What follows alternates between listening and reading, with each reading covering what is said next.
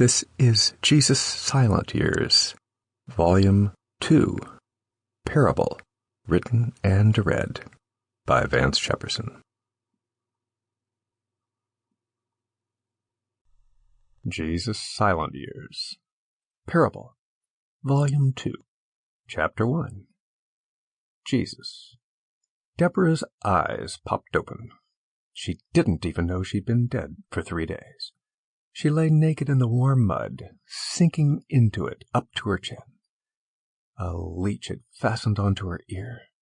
I picked it off, careful to get the suckers out of her skin. Did she remember Crispus tying her in a bundle on the end of his fishing pole, hoping to catch my attention? Did she remember him dropping her off a cliff? Did she remember dying? Thank you, Father, for all your selected not-rememberings. You keep an arc around my memory when it threatens to flood me. What I did remember was this. I wanted to go home with Debbie, to be done with this stinking planet and its people. Maybe try another world, another galaxy. I was done with these Jews, this Messiah stuff. Finished. Pure and simple. A vine had snarled around my ankle. I had face planted in the mud. I left my face there in the mud a long time, tempted to inhale the mud and be done with this place, be dead with Debbie. But then, in that no-hope place, a conscious breath raised my head out of the muck. Father and Wendy, his spirit, were in front of me. Father had crawled through the mud to me on all fours, and had said words in that mucky place for all of time, words for her, me, and all who dared to believe in the resurrection from the dead. Rise! I returned from that memory to this moment.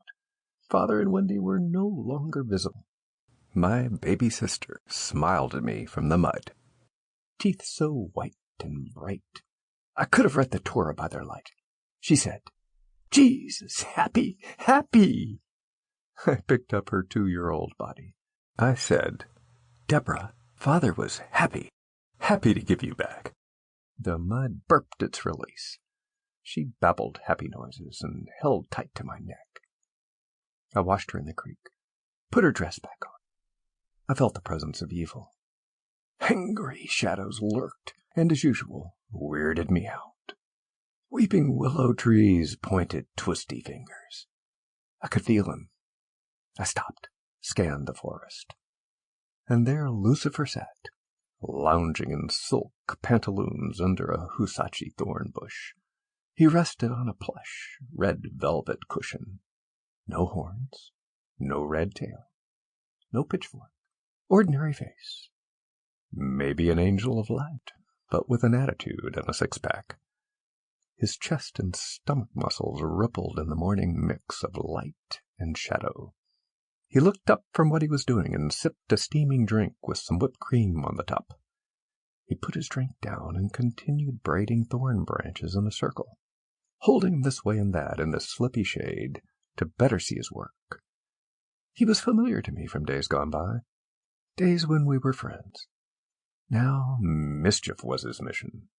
Many spikes in that handiwork, but only one point. He called me over. "Like me to pour you a Trinidad, Scorpion? My barista skills are out of this world, if I do say so. Guaranteed to blow the back of your throat right out your butt." He gave me his most fetching smile and offered me his drink, tipped his head slightly toward the sun. "Do you think this is my best side, bro? I have so many of them." A tiny flame escaped his eyes.